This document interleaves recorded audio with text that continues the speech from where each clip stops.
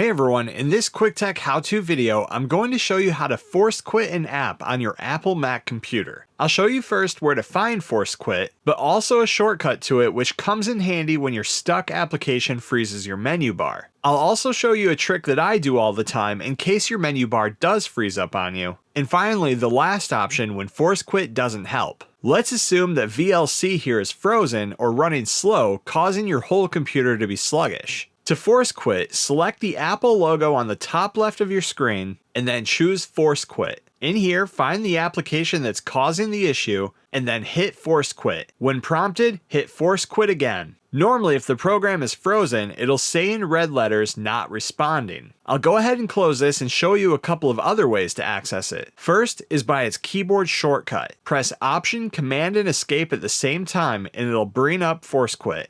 Another trick that I use a lot if your application is in full screen like this and it seems like your menu bar is frozen. What helps most of the time is by moving your cursor all the way to the blank space in the lower left hand of your screen and selecting anywhere in the empty spot here. This should then switch your selection back to your desktop where you can then go up to the menu bar, choose the Apple logo, and then force quit.